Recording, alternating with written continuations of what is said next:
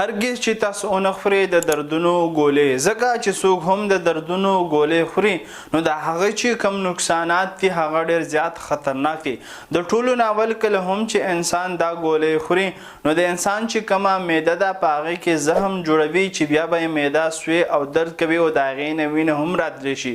دویم دا چې څوک زیاتې خوري د دردونو ګولۍ نو هغه ته د زړه د دورې خطره هم کیدی شي او د پالج خطره هم کیدی شي.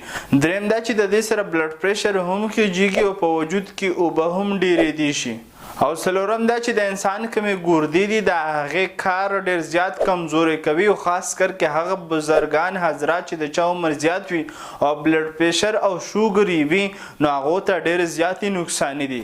نو کله هم چې تاسو تا ډاکټر نه وي ویلي او تاسو هسې بې څه دردونو ګولۍ خورئ او خوراک هم ترې جوړ کړي وي نو دا نقصانات یې تاسو ته شته دي. نو تاسو هرگز په خپله خوښه باندې هر قسم د درد ګولۍ مه استعمالوئ. دې نه علاوه که ستاسو په ذهن کې څه تپوس یې په کمنټ کې کولی شي یا که چېرې تاسو ته خالص علاجات پکار وي په وټساپ یې اډر کولی شي او که چېرې دا معلومات انفارمیټیو وي د خپلو ملګرو سره شیر کولی شي. شکریه. الله حافظ.